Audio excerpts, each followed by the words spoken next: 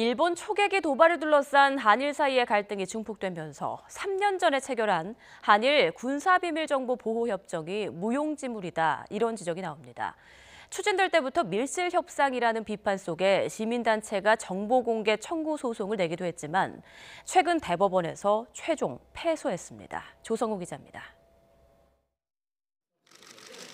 이명박 정부 시절인 지난 2012년 한일 양국은 북한의 핵 미사일 관련 정보를 포함한 군사정보 교류를 비공개로 추진합니다.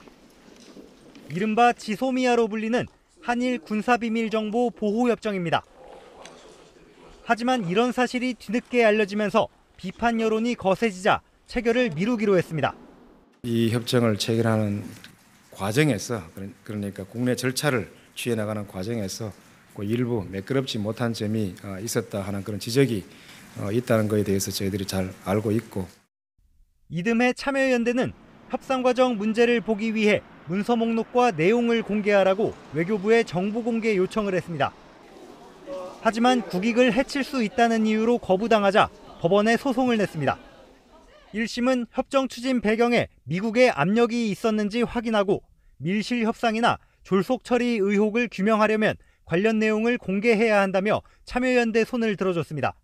반면 2심은 협상 내용이 공개되면 우리나라의 대응 전략이 외부에 노출되고 외교적 신뢰에도 타격을 줄 수 있다며 공개해선 안 된다고 판결했습니다.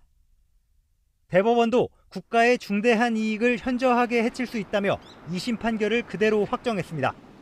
여론의 우려에도 박근혜 정부 막바지인 지난 2016년 결국 한일 군사정보협정은 체결됐습니다. 하지만 최근 자위대 초계기의 위협 비행 논란에도 일본 측이 민감한 관련 정보는 공유하지 않아 협상을 폐기해야 한다는 주장까지 나옵니다. 이명박 정부 당시 추진 과정에 그 문제점을 밝히기 위한 정보공개 청구였는데 대법원이 그 판결을 다 기각한 것에 대해서 굉장히 유감으로 생각하고요. 얼마나 실효성이 있는 것인지에 대한 의문을 가지고 있고, 이번 판결로 당시 한일 양국 간 논의에 어떤 문제가 있었는지는 훗날 따져볼 수밖에 없게 됐습니다. 하지만 밀실, 졸속이란 비판을 받으며 맺은 협정이 무용지물이란 여론은 더욱 거세질 전망입니다. YTN 조성호입니다.